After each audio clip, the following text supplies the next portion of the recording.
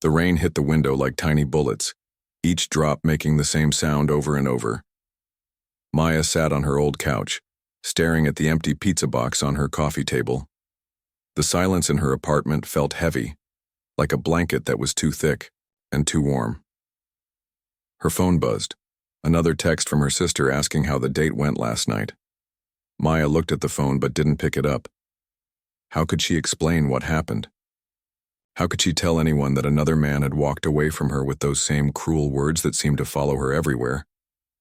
"You're just not what I'm looking for," he had said, not even looking her in the eyes. "I think you're a nice person, but I need someone more." You know, Maya knew. She always knew. She wasn't thin enough. She wasn't pretty enough. She wasn't enough, period. The apartment felt smaller now, like the walls were moving closer together. She had lived here for 3 years, and it had never felt like home. The beige walls, the cheap furniture, the stack of romance novels on her nightstand. All of it felt like a lie she had been telling herself. She walked to the bathroom and looked in the mirror. The woman looking back at her had tired eyes and messy hair. Her face was round, her body was soft, and everything about her seemed to scream ordinary. She had been called pretty by her family, by her friends, but men saw something different. They saw someone who wasn't worth their time. The memory hit her like a punch to the stomach. She was 15 again, standing in the school hallway, watching the boy she liked ask another girl to the dance. She remembered feeling invisible, like she was made of glass and everyone could see right through her. "Maybe you should try harder with your appearance," her mother had said back then, meaning well but not understanding how those words felt like stones in Maya's chest. Maya had tried. Oh, how she had tried. She had spent years trying every diet, every workout plan, every piece of advice from magazines and websites. She had bought new clothes, learned to do her makeup, practiced walking in heels. But nothing seemed to work. The men she met always seemed to be looking past her, searching for someone else. Her last boyfriend, David, had been different at first. He had made her laugh, brought her flowers, told her she was beautiful. For 6 months, Maya had thought maybe she had finally found someone who could see past her flaws. But then she found the messages on his phone. Messages to other women. Women who looked nothing like her. Women who were everything she wasn't. When she confronted him, he didn't even try to lie. "Come on, Maya," he had said, shrugging like it was no big deal. "You had to know this wasn't serious. You're sweet, but you're not the kind of woman a man settles down with." That was 2 weeks ago. Since then, Maya had barely left her apartment except to go to work at the accounting firm where she spent her days buried in numbers and spreadsheets. Numbers made sense. Numbers didn't judge. Numbers didn't leave. Her coworkers were kind enough, but Maya always felt like she was watching their lives from the outside. They talked about their dates, their boyfriends, their husbands. Maya listened and smiled and pretended she understood, but inside she felt like a fraud. The truth was, Maya had started to believe that maybe she was meant to be alone. Maybe some people were just built different, meant for different things. Maybe romance was for other people, people who were born with the right face, the right body, the right something that she had never had. Her phone buzzed again. This time, it was her friend Lisa. "Want to go out tonight? There's this new bar downtown, lots of cute guys." Maya stared at the message for a long time. She could picture it now. Lisa, beautiful and confident, attracting attention wherever she went, while Maya stood in the corner, invisible and forgotten. She had played that role so many times before. She typed back, "Not feeling well. Rain check?" The lie came so easily now. Maya walked to her kitchen and opened the refrigerator. A half-empty container of leftover Chinese food, some wilted lettuce, and a bottle of wine her sister had brought over last month. She grabbed the wine. As she poured herself a glass, Maya thought about her life. She had a good job, a decent apartment, friends who cared about her. By most measures, she was successful. But at night, when the world got quiet, she felt the loneliness, like a physical weight on her chest. She had tried dating apps, blind dates, speed dating events. She had joined clubs and taken classes, hoping to meet someone who might see something in her worth loving. But every experience ended the same way, with Maya feeling more invisible than before. The worst part wasn't even the rejection anymore. It was the hope. Every time she met someone new, there was that tiny spark of possibility that maybe this time would be different. Maybe this time someone would look at her and see something beautiful. But hope was dangerous. Hope hurt more than anything else. Maya sat back down on her couch and pulled a blanket around herself. The rain was still falling, and the sound was starting to drive her crazy. Everything felt wrong, her clothes, her apartment, her life. She felt like she was suffocating. Without thinking, she started talking out loud, something she did sometimes. When the silence got too heavy, "What's wrong with me?" she said to the empty room. "Why can't I be what someone wants?" The words hung in the air like smoke. She thought about her sister, happily married with 2 kids. She thought about Lisa, who seemed to have men falling over themselves to date her.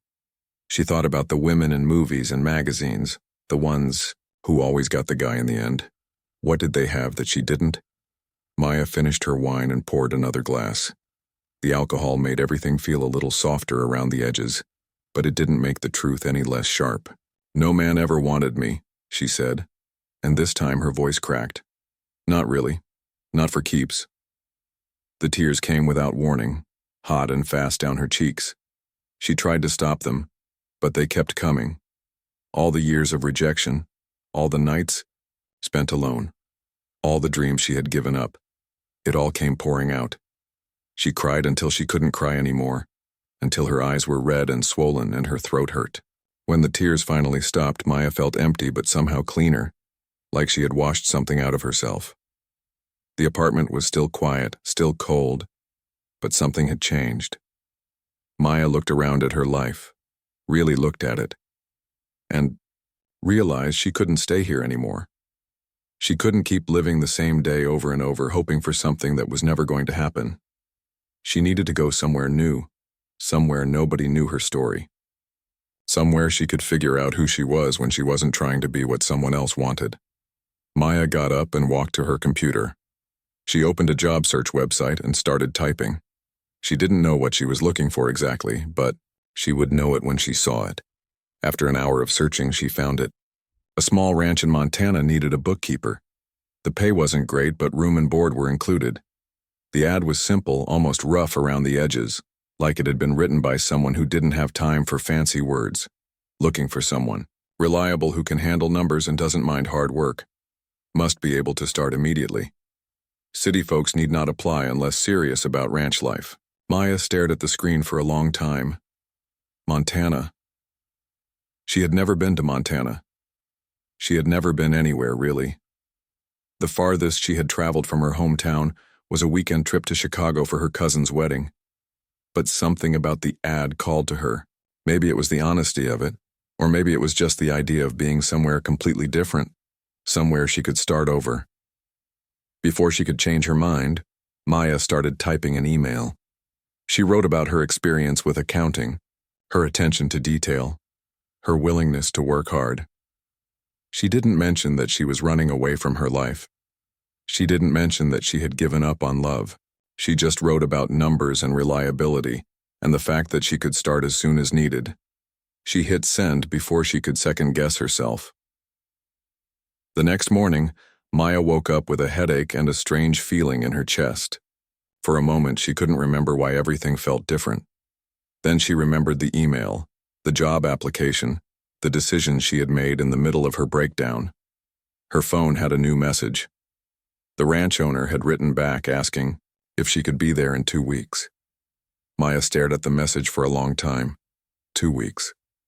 In 2 weeks, she could be in Montana, living a completely different life. The idea terrified her, but it also made her feel something she hadn't felt in a long time. It made her feel alive. She typed back, "Yes, I'll be there." Then she started making plans to leave her old life behind. The bus wheezed to a stop at what barely counted as a station, just a wooden bench and a faded sign that read, "Pine Creek, population 847. Maya stepped off with her 2 suitcases and looked around. The air smelled different here, clean and sharp, like nothing she had ever breathed before. Mountains rose up all around her like sleeping giants, their tops covered in snow even though it was late spring. The sky was bigger here too, stretching endlessly in every direction without a single building to break it up. For someone who had spent her whole life surrounded by concrete and traffic, it felt like stepping onto another planet. A dusty pickup truck pulled up to the bench, and Maya's heart started beating faster. This was it. No going back now. The man who got out of the truck was tall and weathered, with dark hair under a worn cowboy hat and hands that looked like they had spent years working with rope and tools. He moved with the easy confidence of someone who belonged exactly where he was. "You, Maya?" he asked, his voice deep and rough around the edges. "Yes, sir. You must be Jake." She tried to keep her voice steady, but she could hear the nervousness creeping in. Jake nodded and picked up both her suitcases like they weighed nothing. "Hope you didn't pack your whole life in these," he said. But there was something that might have been humor in his eyes. "Just the important parts," Maya replied, then immediately wished she hadn't said anything at all. She wasn't good at small talk with strangers, especially men who looked like they belonged on the cover of a Western novel. The truck was old and practical, with scratched leather seats and the smell of hay and coffee. Maya climbed in and tried not to stare at Jake as he started the engine. She had expected someone older, maybe rough around the edges in a mean way. But Jake seemed more sad than rough, like he was carrying something heavy that nobody else could. "See, first time in Montana?" Jake asked as they drove down a dirt road that seemed to go on forever. "First time anywhere, really," Maya admitted. "I've never lived outside the city." Jake glanced at her and she could see him trying to figure her out. "What made you want to come all the way out here?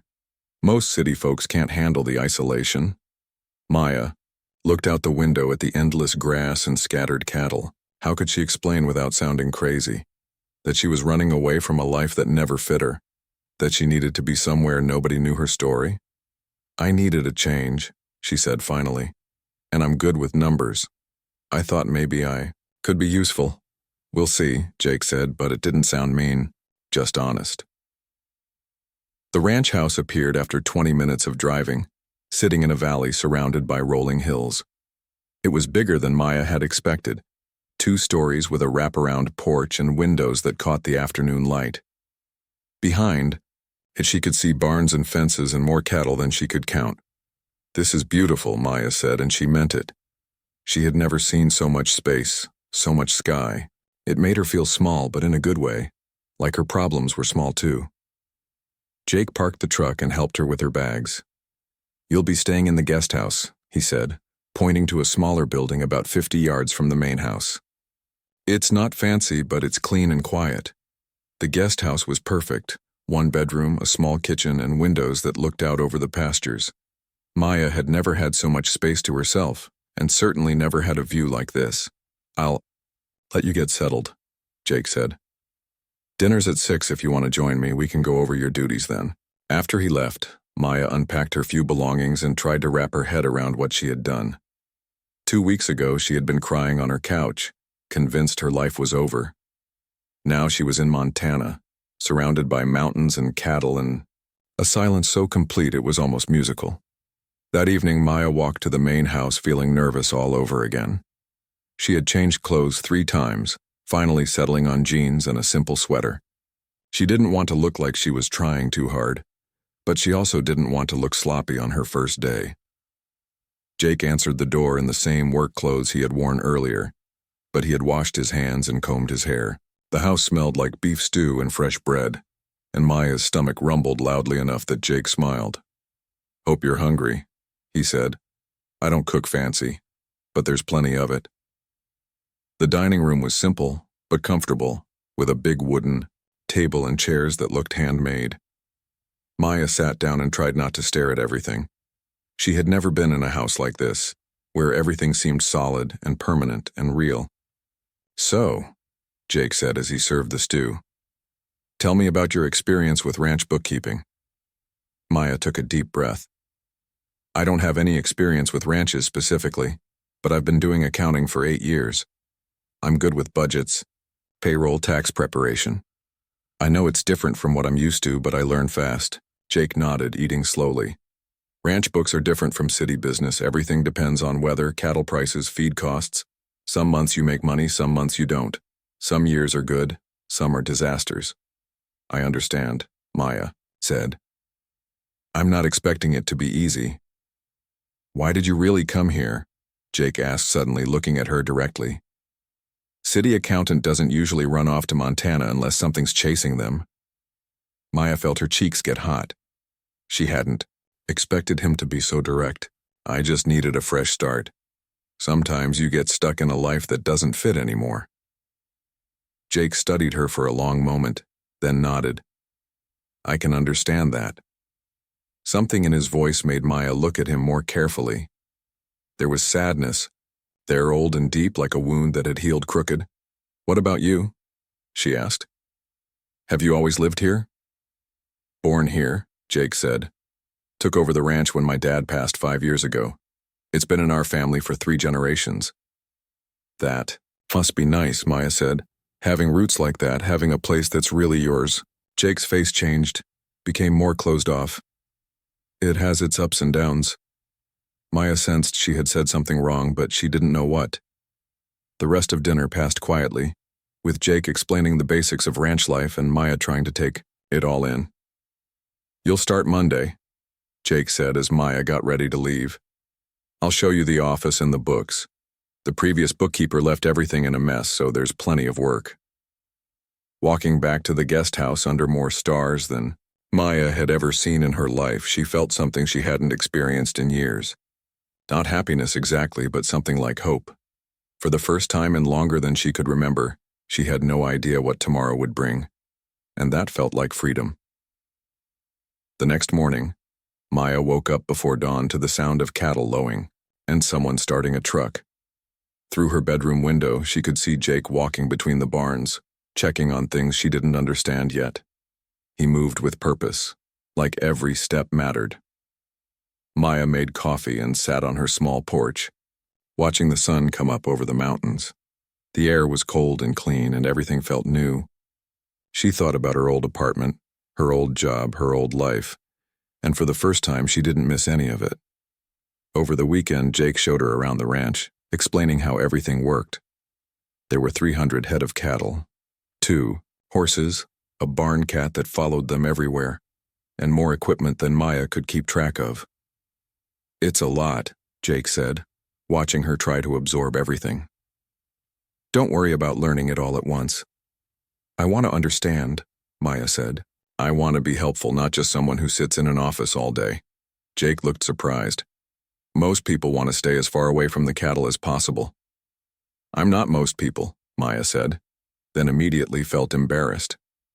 What if he thought she was trying to flirt, but Jake just nodded. No, I don't think you are. Monday morning, Jake showed Maya to the office, a small room off the kitchen filled with filing cabinets, a computer that looked about 10 years old, and stacks of papers everywhere. The previous bookkeeper quit without much notice, Jake explained. Left everything in a mess. I've been trying to keep up, but numbers aren't my strong suit. Maya looked around the chaos and felt something like excitement. This was a puzzle she could solve, a problem she could fix. How far behind are we? About 6 months, Jake said, looking embarrassed. I know it's a lot to ask. It's fine, Maya said, rolling up her sleeves. I like a challenge. And she did. For the first time in years, Maya felt like she had found something that mattered. These weren't just numbers on a screen. They represented Jake's livelihood, his family's legacy, his future. Every expense she tracked, every bill she paid, every budget she balanced was helping keep this place alive. Jake checked on her throughout that first week, making sure she had everything she needed. He was always polite, always respectful, but Maya could tell he was waiting to see if she would last, waiting to see if she was serious about this new life, or if she would run back to the city at the first sign of difficulty. Maya was determined not to let him down. She worked long hours, stayed late, came in early. She learned about feed costs and veterinary bills and equipment repairs. She organized the files, updated the computer system, and slowly started making sense of the ranch's finances. By Friday, she had a clear picture of where things stood. The ranch was profitable, but barely. There were areas where money could be saved, investments that could be made, changes that could improve the bottom line. 3 months into her new life, Maya had fallen into a routine that felt more natural than anything she had ever done. She woke up with the sun, made coffee, and spent her mornings working on the ranch's books. Afternoons, she had started helping Jake with small tasks around the property, not because he asked, but because she wanted to understand this world she had chosen to join.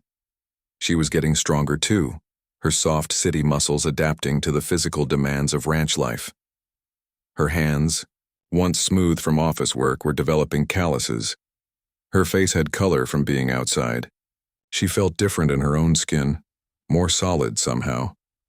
Jake had warmed up to her gradually, their daily check-ins becoming longer conversations about the ranch's needs and future plans. He was a good teacher, patient when she asked questions about things that probably seemed obvious to someone who had grown up here. "You're picking this up faster than I expected," he told her one afternoon, as they watched a group of cattle graze in the far pasture. "Most city folks take a lot longer to understand how everything connects." "I like puzzles," Maya said. "And this is just a really big, complicated puzzle." Jake looked at her sideways. "That's one way to think about it."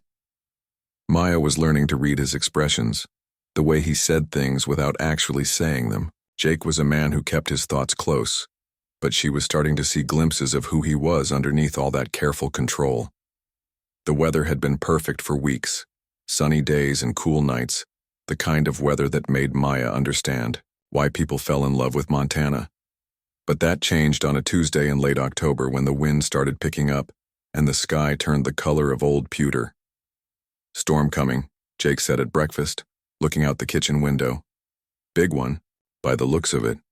Could last a few days." Maya had never been through a real storm, the kind that could cut power and block roads.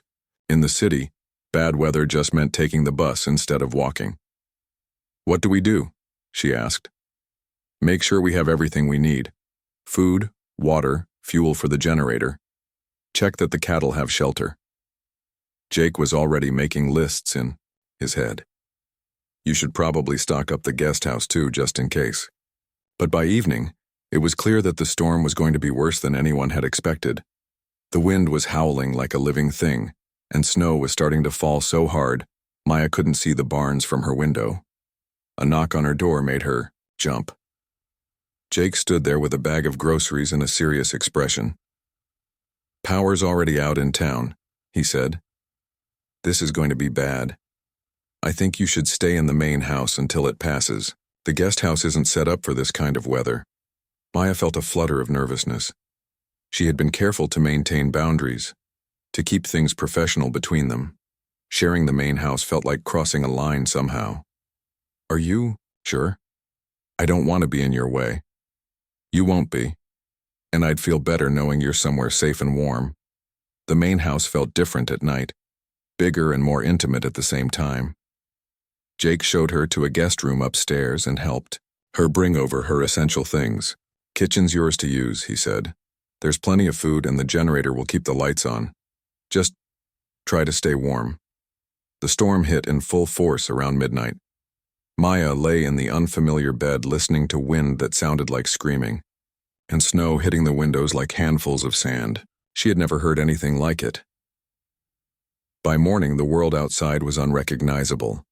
Snow had drifted against the house in waves, some of them reaching nearly to the second-floor windows. The trees were bent at impossible angles, and the familiar landscape had disappeared under a blanket of white. "We're not going anywhere for a while," Jake said when Maya came downstairs. He was making coffee on a camp stove, the generator humming in the background. "Roads are blocked, phone lines are down. Could be 3 or 4 days before anyone can get through." 3 or 4 days. Alone with Jake in this house, cut off from the rest of the world.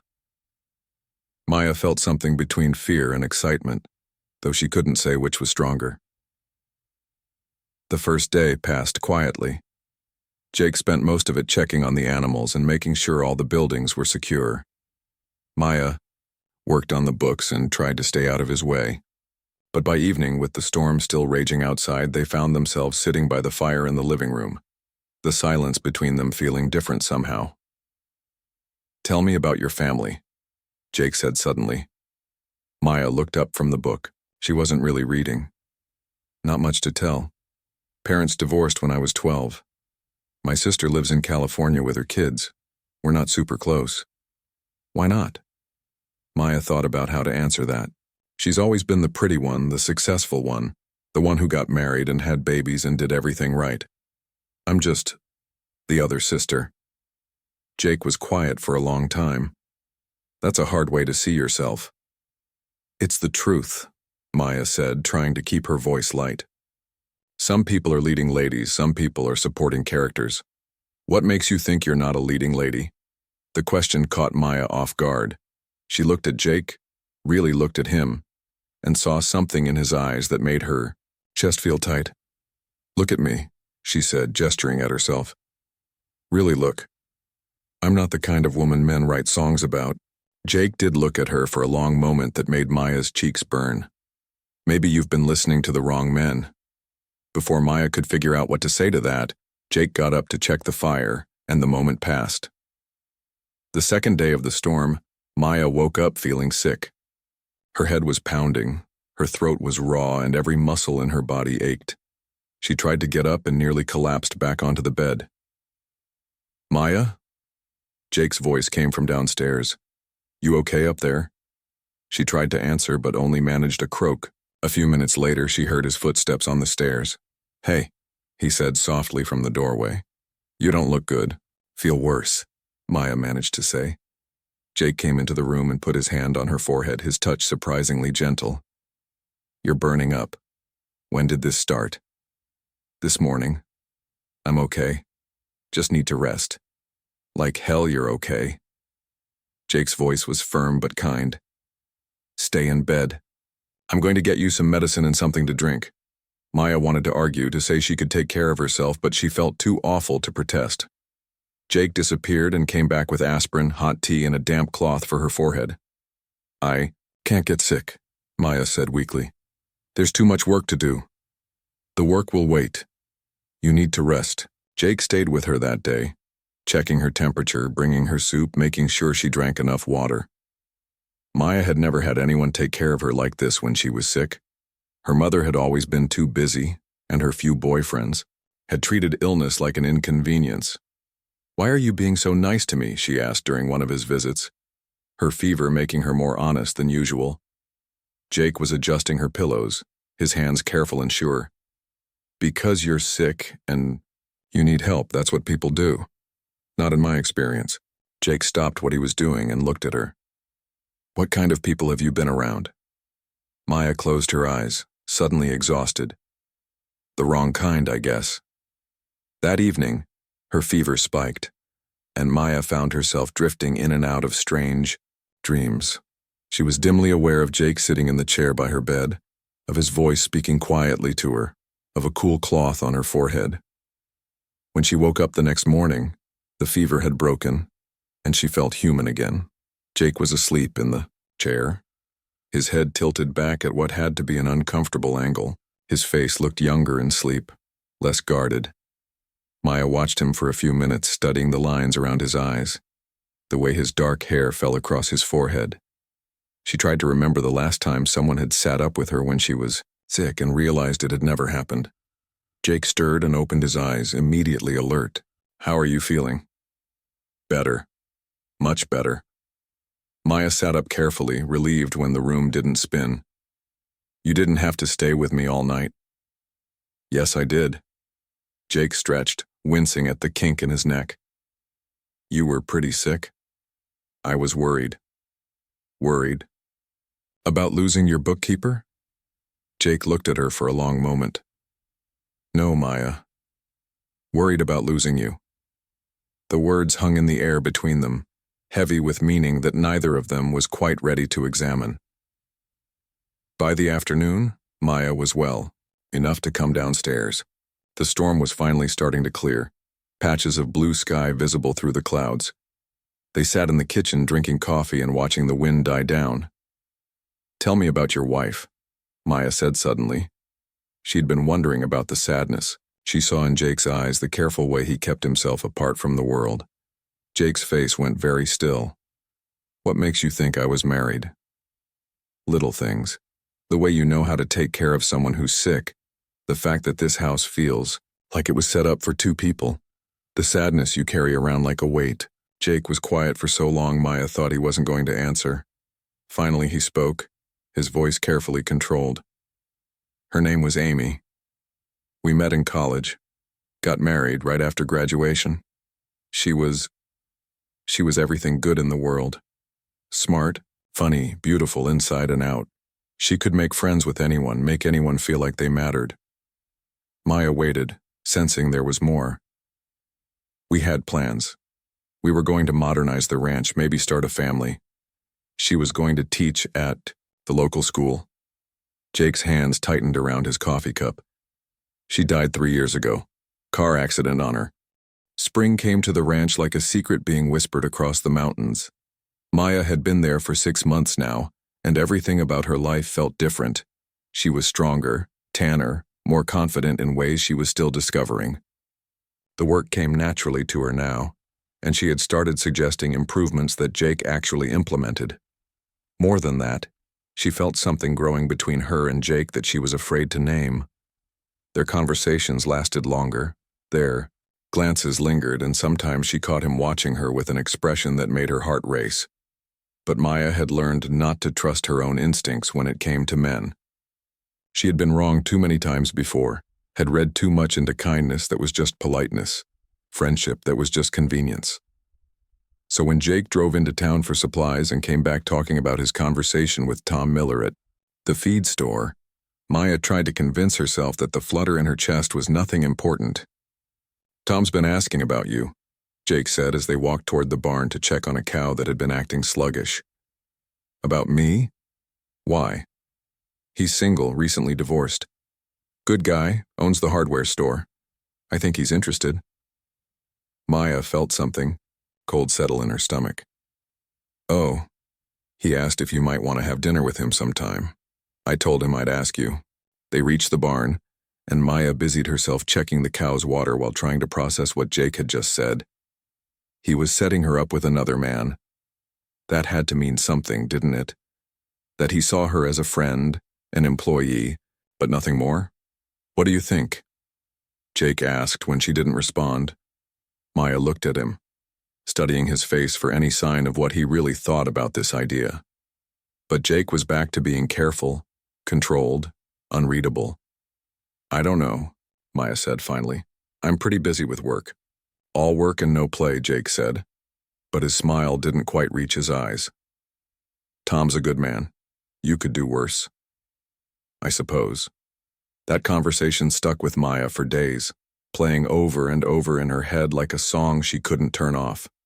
If Jake cared about her the way she was starting to care about him, would he really be encouraging her to date someone else? Or was she reading too much into the quiet moments they shared, the way he had taken care of her during the storm, the things he had said about her being beautiful?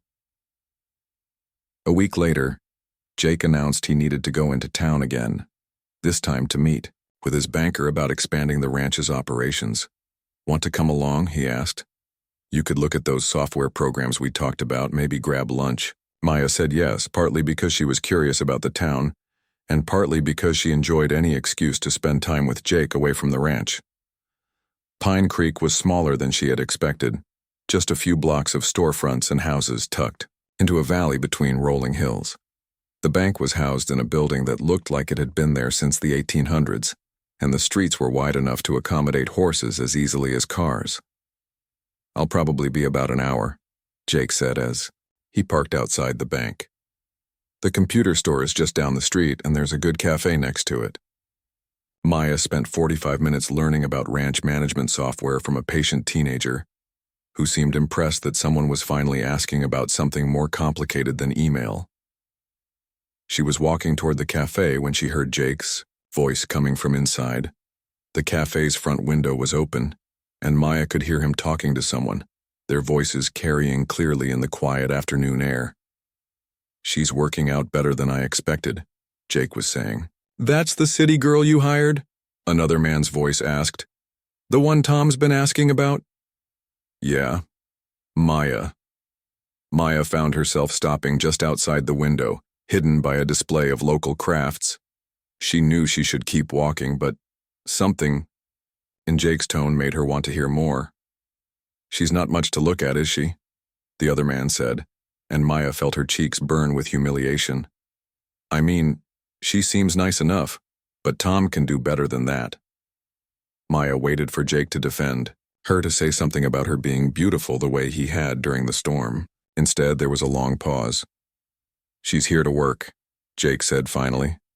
"And she's good at her job, that's what matters. Still, you can't blame Tom for looking. Single women are scarce around here, especially ones that aren't somebody's cousin or ex-wife." Maya heard Jake laugh, and the sound hit her like a physical blow. "Tom can ask her out if he wants. Like you said, options are limited. Think she'll stay? City folks usually don't last long once they figure out how isolated it gets."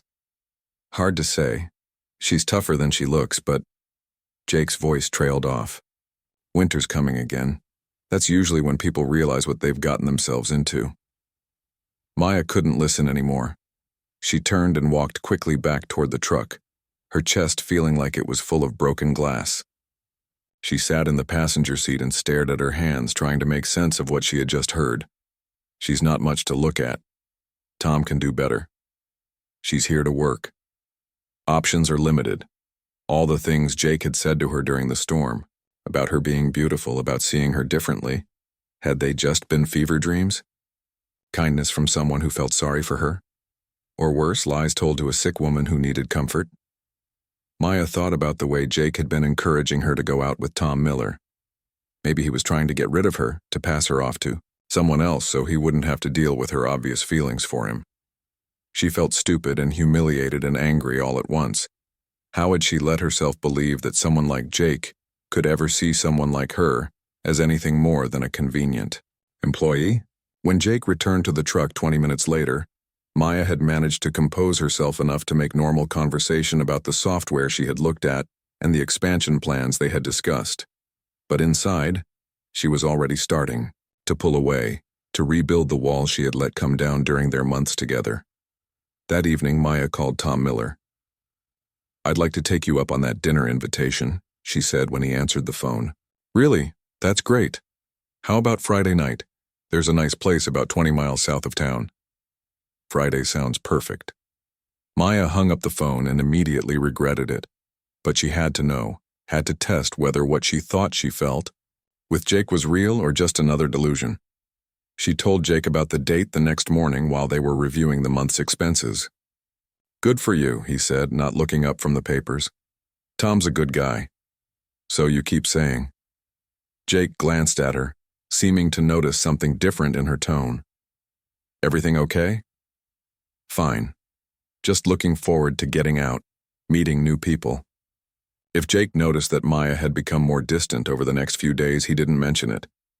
She went back to keeping their conversations purely professional, stopped joining him for coffee in the mornings, declined his invitation to help with the evening chores.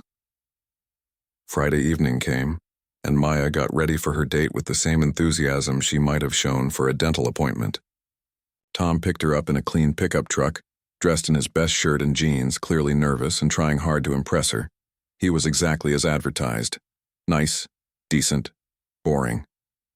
They went to a steakhouse that served portions big enough to feed a small family, and Tom told her about his hardware store, his plans to expand into farm equipment, his ex-wife who had left him for a real estate agent from Billings. Maya smiled and nodded and asked appropriate questions, but her heart wasn't in it. All she could think about was Jake, about the way he had laughed when his friend said she wasn't much to look at, about the casual way he had dismissed her as just someone who was there to work. "You seem distracted," Tom said as they waited for dessert. "Sorry. I guess I'm just tired. It's been a busy week." "Jake working you too hard?" "No. Jake's been fine." Tom leaned forward. "You know, people in town have been wondering about you two, living out there together, spending so much time alone." Maya felt her cheeks get hot.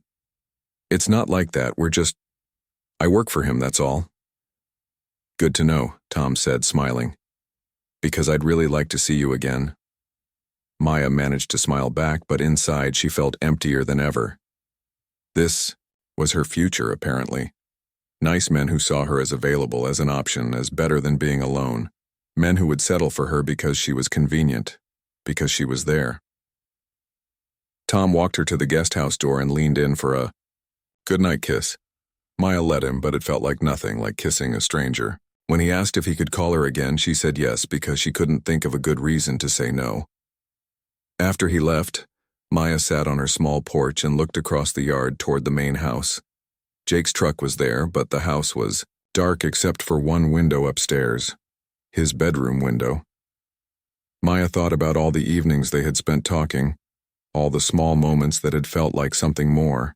Had she imagined all of it? Had she been so desperate to feel wanted that she had created a romance that existed only in her head? The next morning was Saturday, and Maya decided to work in the office to catch up on some filing. She was deep in a stack of veterinary bills when she heard voices outside the window. Jake was talking to someone near the barn. Thinking about letting her go, Jake was saying. Maya's hand stilled on the papers. The bookkeeper? It was the same voice from the cafe. I thought you said she was working out. The morning after Jake's declaration felt like waking up in a different world.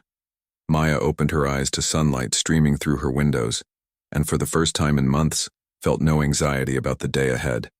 Jake loved her. He had chosen her. The words echoed in her mind like a song she couldn't stop humming. She found Jake in the kitchen making coffee, and when he looked up and saw her, his whole face changed. The careful distance he had maintained for months was gone, replaced by something warm and open that made Maya's heart skip.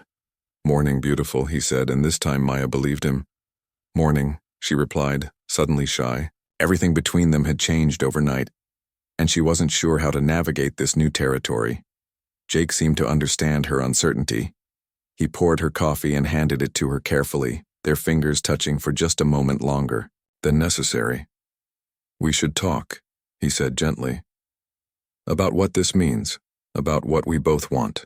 They sat at his kitchen table, the same one where they had shared so many professional discussions, but now everything felt different. More intimate. More real. I need you to know something, Jake began, his hands wrapped around his coffee cup. What I said last night, I meant every word. But I also need you to understand that I'm scared. Scared of what? Of messing this up. Of losing you the way I lost Amy. Of not being enough for you. Jake looked directly at her. I haven't let myself care about anyone in 3 years, Maya. You changed that and it terrifies me. Maya reached across the table and covered his hand with hers. I'm scared too. I've never been anyone's first choice before. I don't know how to be someone's person. You've been my person for months, Jake said quietly. I just took too long to tell you. They talked for hours that morning, sharing fears and hopes and dreams they had never voiced before. Jake told her about the guilt he still carried about Amy's death, about the lonely years since, about how Maya had brought light back into his life without him even realizing it was missing. Maya told him about the years of feeling invisible, about the boyfriends who had made her feel like a consolation prize, about how she had almost given up on love entirely before coming to the ranch. I want to do this right, Jake said finally. I want to court you properly, take you on real dates, introduce you to people as my girlfriend. I want everyone to know how lucky I am. Maya felt tears prick her eyes. No one's ever wanted to court me before. Then they were all fools. Their first official date was dinner at the same restaurant where Maya had gone with Tom Miller. But everything about the experience was different. Jake held her hand as they walked in, pulled out her chair, introduced her proudly to the waitress who had known him since he was a boy. This is Maya, he said, and the way he said her name made it sound like the most beautiful word in the English language. She's my girlfriend. Maya had never heard those words before. My girlfriend. And the way Jake said them with such pride and certainty made her feel like she was floating. Over dinner, Jake told her stories about growing up on the ranch, about his parents and grandparents, about the legacy he was carrying on. Maya shared stories about her childhood, her dreams, the woman she was discovering herself to be. "I want you to meet my friends," Jake said as they drove home under a canopy of stars. "I want you to come to the church social next month, meet the neighbors properly. I want everyone to know you're mine." "Won't they think it's strange?" The ranch owner dating his bookkeeper. Jake pulled over and turned to look at her. "Maya, you're not just my bookkeeper. You haven't been just my employee for a long time. You're my partner in everything. The ranch, my life, my future. Anyone who can't see that doesn't matter." The church social was Maya's first real test as Jake's girlfriend, and she was nervous for days beforehand. What if people didn't accept her? What if they thought she wasn't good enough for Jake? But Jake never left her side, introducing her to everyone with genuine warmth and pride. The church ladies, who Maya had expected to be judgmental, welcomed her with open arms. They praised her work on the ranch's finances, asked her opinion on community matters, treated her like someone who belonged. "You're good for him," Mrs. Patterson, the pastor's wife, told Maya, as they watched Jake help set up tables for the potluck dinner. "He's been carrying grief for so long we were starting to worry he'd never let it go. But look at him now. He's himself again." Maya looked at Jake, laughing with a group of ranchers as they moved heavy tables around, and felt a surge of pride. She had done that. Her love, her presence in his life had helped him heal. As autumn turned to winter, Maya and Jake settled into a rhythm that felt natural and right. They worked together during the day, ate dinner together every night, spent their evenings planning improvements to the ranch or simply talking by the fire. Jake was nothing like the men Maya had dated before. He listened when she spoke, valued her opinions, made her feel like an equal partner in every decision. When she suggested modernizing the ranch's marketing to attract more buyers for their cattle, he didn't dismiss the idea. He helped her research and implement it. "I never thought about selling directly to restaurants," Jake admitted as they looked at the profits from Maya's new marketing strategy. "This could change everything for the ranch's future." "We make a good team," Maya said. "We make an incredible team." The physical side of their relationship developed slowly, carefully. Jake seemed determined to cherish every moment, to make Maya feel treasured in ways she had never experienced. He kissed her like she was precious, touched her like she was made of something rare and beautiful. "You're sure about this?" he asked one snowy December evening, when their kisses had grown heated and Maya had started unbuttoning his shirt. "I've never been more sure of anything," Maya replied, and she meant it. Jake made love to her like she was a miracle he couldn't quite believe was real. He worshipped her body with his hands and mouth, told her she was beautiful until she almost believed it, showed her what it meant to be truly wanted.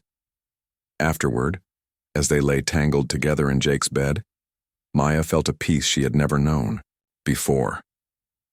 This was what love was supposed to feel like: safe, cherished, complete. "I love you," Jake whispered against her hair.